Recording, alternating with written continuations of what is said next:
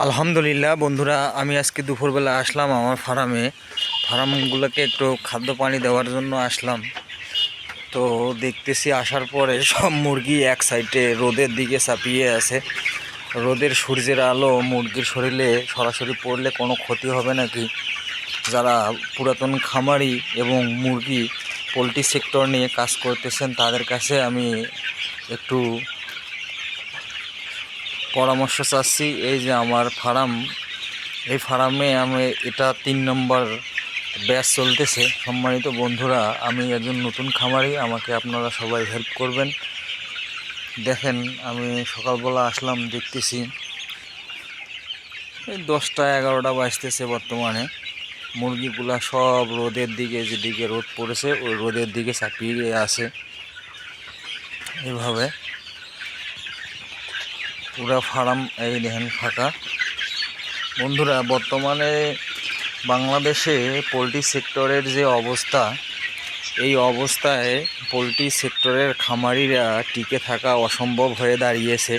সম্মানিত বন্ধুরা, বাংলাদেশ সরকার এবং পোলট্রি সেক্টর নিয়ে যারা কাজ করে, পোলট্রি সেক্টরের যারা দায়িত্বে আছে সরকারি পর্যায়ে, আমি তাদের উদ্দেশ্যে বলতেছি, আপনারা যদি বাংলাদেশে বেকারত্ব দূর করতে চান তাহলে এই শিল্পটাকে একটু সামনে এগিয়ে নিয়ে যেতে হবে। তাদেরকে সুযোগ সুবিধা এবং কি বর্তমানে কর্পোরেট কোম্পানিগুলো যে হারে খাদ্যের মূল্য বৃদ্ধি, মেডিসিনের মূল্য বৃদ্ধি, বাচ্চার বাজার সিন্ডিকেট এসব করে ক্ষুদ্র খামারিরা বাংলাদেশ থেকে আজকে বিলীন হয়ে যাচ্ছে।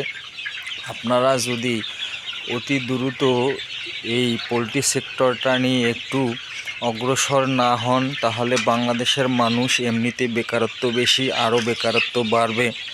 তাই এই সেক্টরটা নিয়ে আপনাদেরকে একটু জোরভাবে কাজ করতে হবে।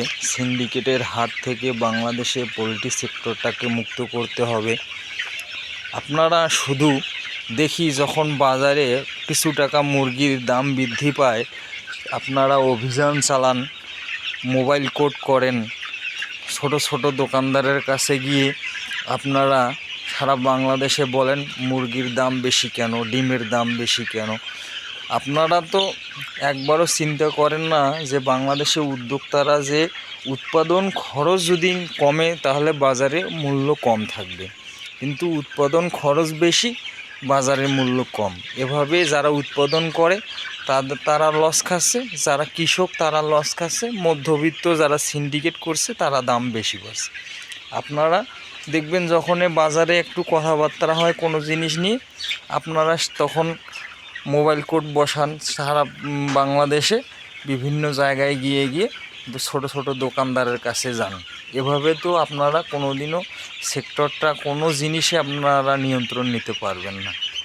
আমার পরামর্শ আছে, আপনারা যারা এই পোলট্রি সেক্টরটা নিয়ন্ত্রণ করে, বাচ্চা উৎপাদন করে, খাবার উৎপাদন করে, এবং কি যারা ছোটো খামারি বাংলাদেশে, এবং খামারির পাশে আপনাদের আসতে হবে, না হলে এই সেক্টরটা আপনারা রক্ষা করতে পারবেন না।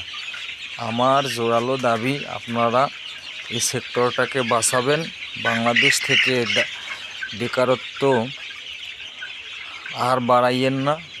ইনশাআল্লাহ ভালো থাকবেন, সুস্থ থাকবেন। সবাইকে ধন্যবাদ।